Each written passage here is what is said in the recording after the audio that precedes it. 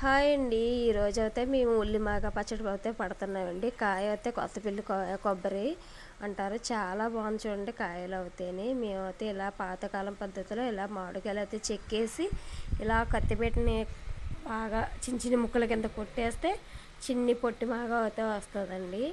అలా చిన్న చిన్న ముక్కల కింద తరిగేసి బాగా ఎండలో ఎండబెట్టేసి ఇలా కావలసిన పదార్థాలన్నీ ముందే ఎండలో ఎండబెట్టేసుకుంటామండి. మెంతులు, ఉప్పు, అన్నీ వెల్లుల్లిపాయ గుళ్ళు అన్నీ చేసుకుని నూనె గట్టని ఇప్పుడైతే కొలతల ప్రకారం ఈ పొట్టు మాగ అయితే పడతామండి. 5 తవ్వలో అలా పొట్టు వస్తే ఒక తవ్వుడు కారం, సాల్ట్ వచ్చేసి సాల్ట్ వేస్తాము. మెంతులు, వెల్లుల్లిపాయలు, నూనె అయితే ఇంకా వేరుశనగ నూనె అండి.